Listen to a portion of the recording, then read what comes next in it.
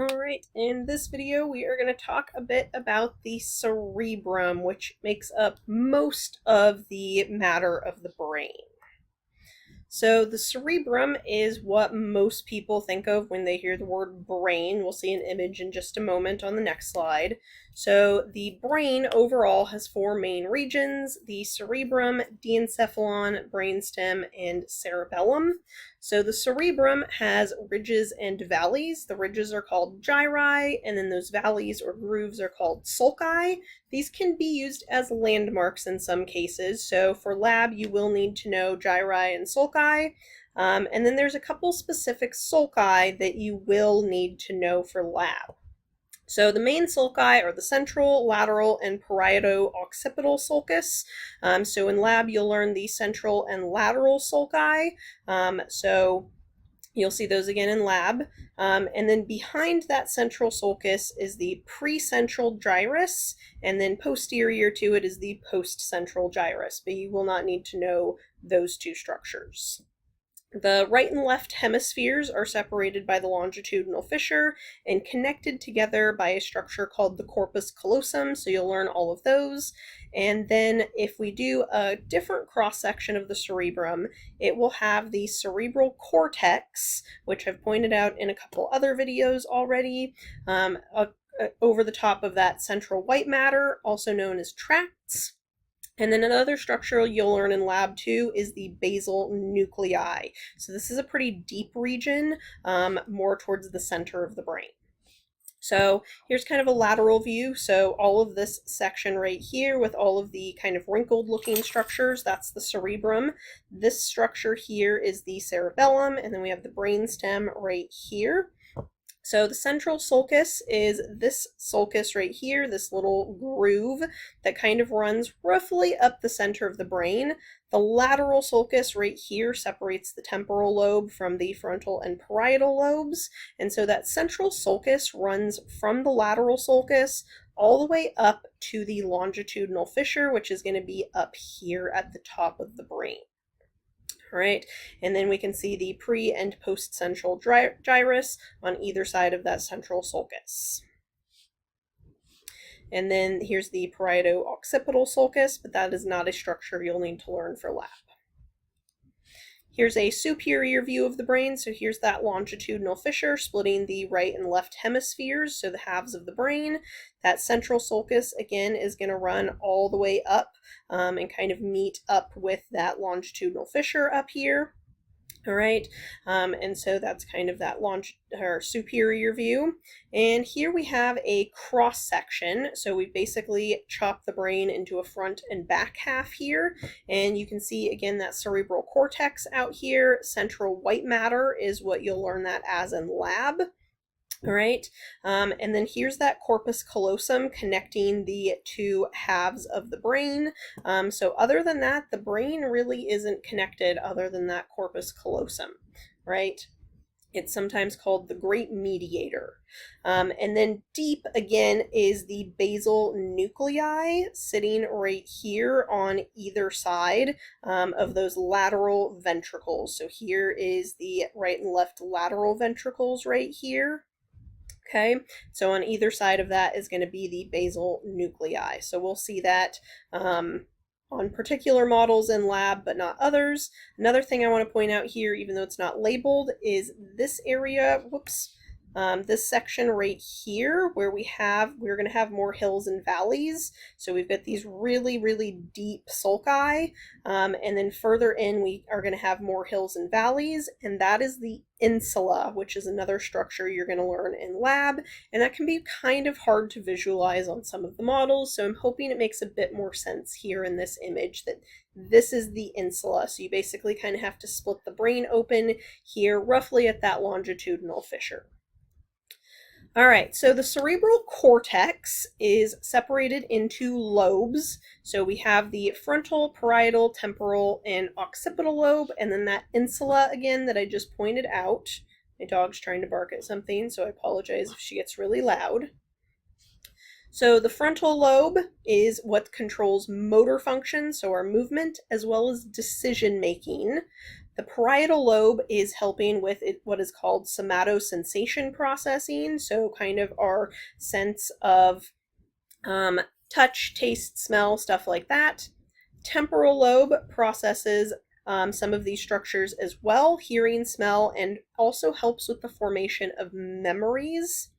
The occipital lobe is for visual processing, so what we see with our eyes, and then the insula actually helps with taste processing. So here's those lobes of the brain. So basically the central sulcus divides the frontal and parietal lobes from each other.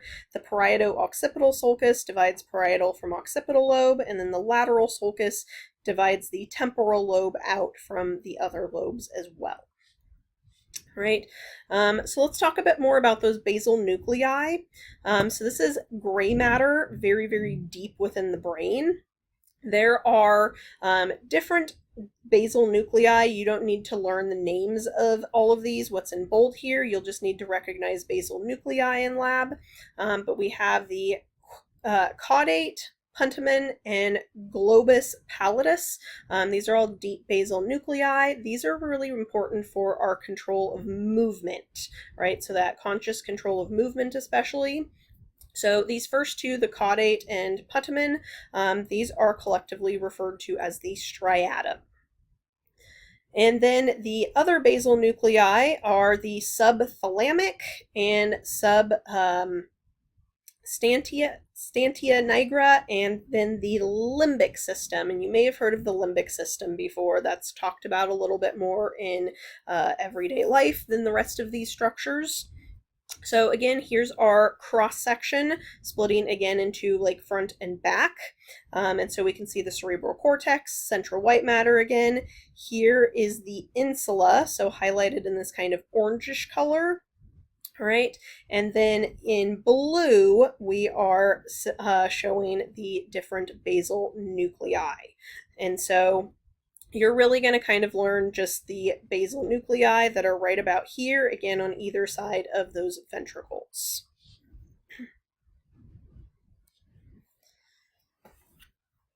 All right, so we talked a little bit about the gray matter found in that basal nuclei. So let's talk about these white matter tracts, which you're learning in lab again as central white matter. So again, these are myelinated axons. These are connecting the different regions of that cerebral cortex to each other for that integration that we can then respond to. So these can be grouped into three different types of axons or tracts. We have this commissural tracts. These go between the two hemispheres, connecting right and left halves. So the corpus callosum is an example of this.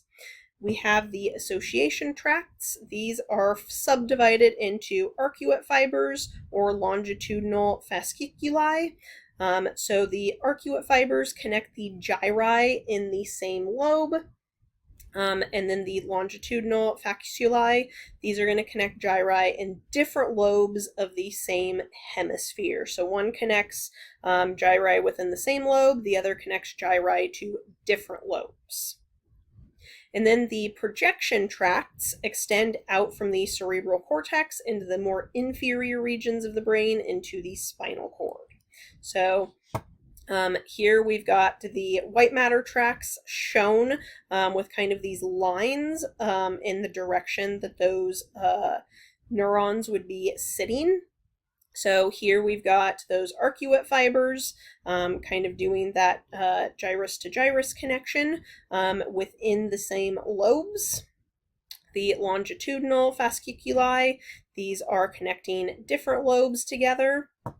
And then here we have the commissural tracts connecting the two hemispheres, so that corpus callosum, and then the projection tracts going down into the spinal cord.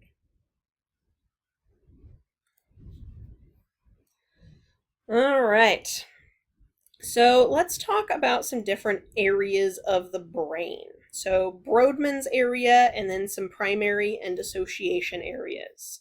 So In the early 1900s, there was a German neuroscientist, his last name is Brodmann. He divided the cerebral cortex into 52 separate regions based on their histology. So what do they look like when we artificially stain them and put them under a microscope?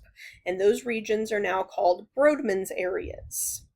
So we have a lot more studies since then that have shown a very strong connection between Brodmann's areas and the functions that are attributed to those different areas. And so we have primary areas. This is where sensory information is coming in. That's its initial spot that it's being received for conscious perception, or where the descending commands are sent down for that movement, so whatever our response is. And then there's regions next to those primary areas that are going to be referred to as association areas. And those are going to do basically like a little bit of help for the primary areas. So this is what that Brodmann's area map kind of looks like. So here we've got areas 1, 2, and 3, primary somatosensory cortex right here. In this kind of bluish color. Area 4 is a primary motor cortex right there. Here we can see areas 39 and 40 indicated in this pink color.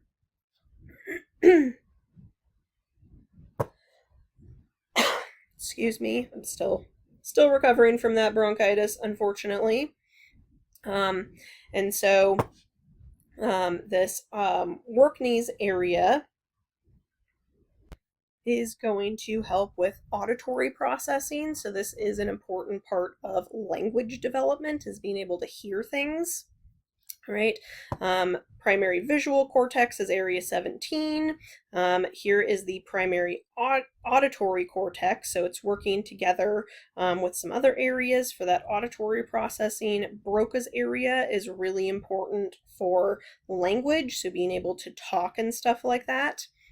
And so these are just some of all of those Brodmann's areas of the cerebral cortex. All right, let's talk functional areas a little bit.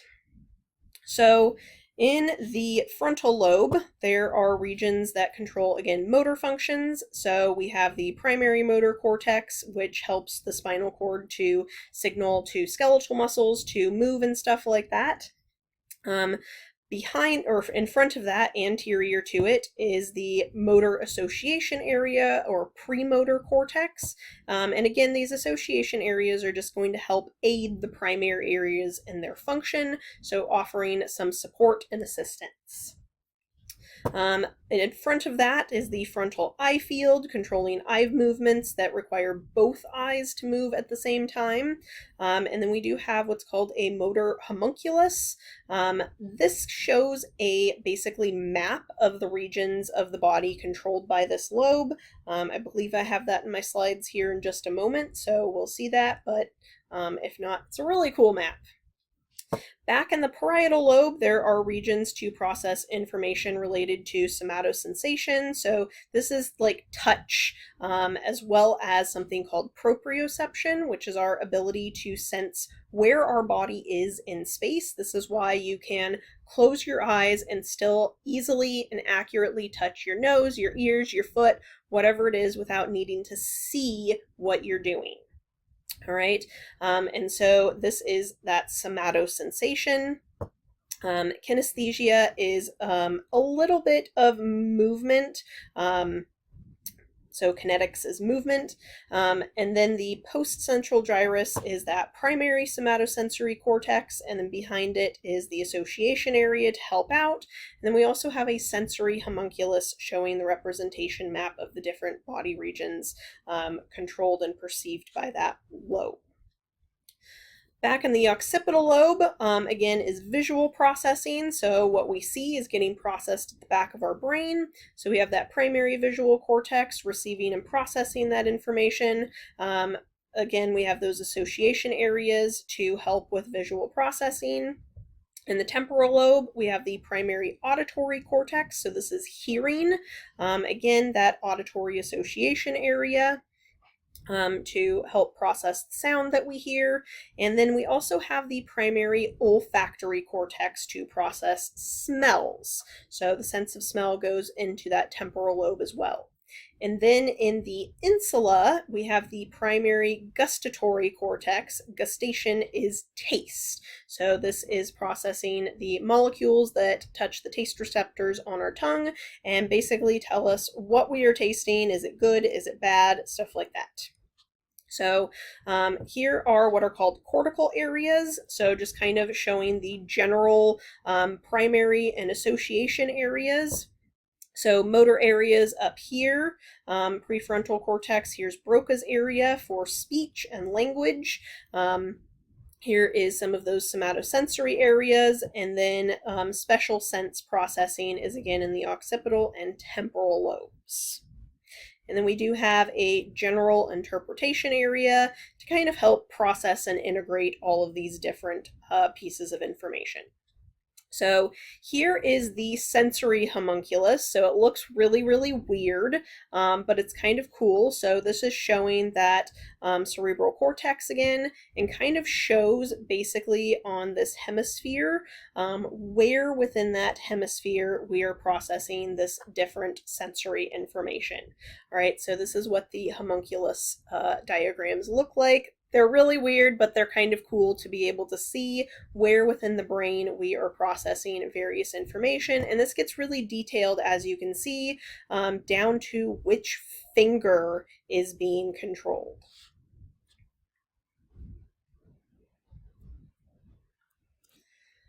All right, moving on to some other functional areas. We have the integrative area, again, kind of helping that integration. So it's found in between the other areas for more complex integration and processing. We have memory and learning, mostly are coming out of that temporal lobe. Structures beneath the cerebral cortex, like the hippocampus and amygdala, are going to help with that. Again, language and speech are mostly located in the left hemisphere in two different regions. Again, Wernicke's area and Broca's. So understanding of language, both written and verbal, and then Broca's is for the production of language, controlling movements responsible for speech. So Broca's aphasia, if you've heard of that before, is when somebody kind of loses that ability to speak clearly. And so it's not particularly common, but it does happen. So those two regions are connected by some of that white matter and stuff like that. And that wraps up the cerebrum section, and we will continue in the next video talking about some other sections of the brain.